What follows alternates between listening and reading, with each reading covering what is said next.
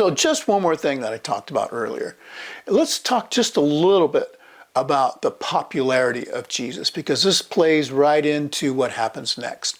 As we know, Jesus comes into Jerusalem. It is the very last Passover that he's going to have with his disciples on earth.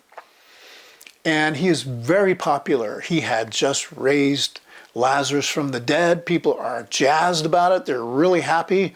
And they are very, very hopeful that this is the Messiah. Jesus is very popular with them. Jesus is popular with people that he helps. But the problem is he's not popular with the people in power. And this is something that we have to understand and accept from the Gospels, that sometimes being a Christian is not going to be popular. Paul talks about that as well.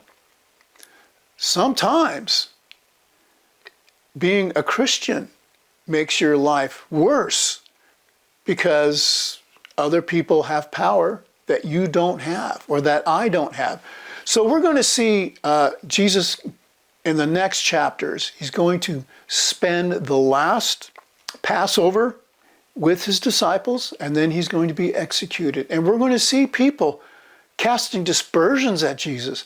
Are these the same people who were throwing palm leaves on the road? Probably not.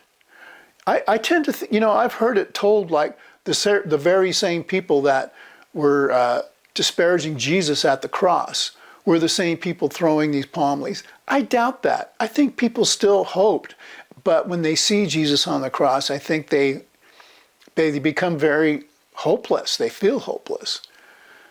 I could be wrong. And I'm sure there's lots of things going on in between, right? He's a very popular person.